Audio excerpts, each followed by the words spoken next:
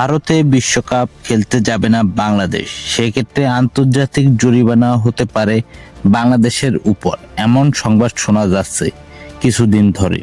তবে দেশের সম্মান আগেই, তাই ভারতে যাবে না বাংলাদেশ ক্রিকেট দল। নিজেদের নিরাপত্তার বিষয়ে আপোষ করবে না বাংলাদেশ ক্রিকেট বোর্ড বিসিবি, এবং এই বিষয়কে স্বাগত জানিয়েছেন পাকিস্তানের ক্রিকেট বোর্ড। এদিকে পিসিবির সাবেক চেয়ারম্যান বলেন, বাংলাদেশ ভারতের মাটিতে না যাওয়ার সম্ভাবনা স্বাভাবিক। আইসিসি বিষয়টিকে সিরিয়াসলি নেয়নি, যার ফলে আইসিসি ভারতের পক্ষে রায় দিয়েছে।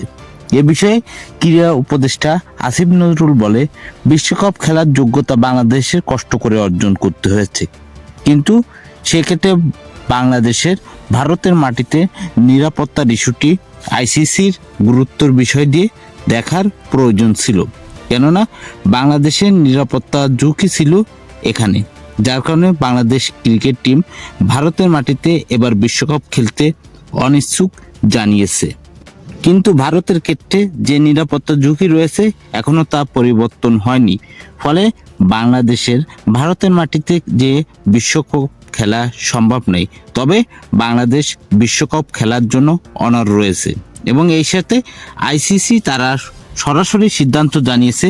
একই সাথে বাংলাদেশকে এবার বিশ্বকাপ থেকে বাদ দেওয়া হয়েছে, যার প্রতিফলন হিসেবে বাংলাদেশের এমন প্রতিক্রিয়া। একই সাথে পিসিবির চেয়ারম্যান বলেছে, বাংলাদেশ একটি যোগ্য দল হিসেবে এবার বিশ্বকাপ খেলেছে। একই সাথে তারা নিজের চেষ্টায় এটি যোগ্যতা অর্জন করেছে, যার কারণে বাংলাদেশকে এবার বিশ্বকাপ থেকে বাদ দেওয়া হবে অযৌক্তিক একটি সিদ্ধান্ত, যা পিসিবি মেনে নেবে না।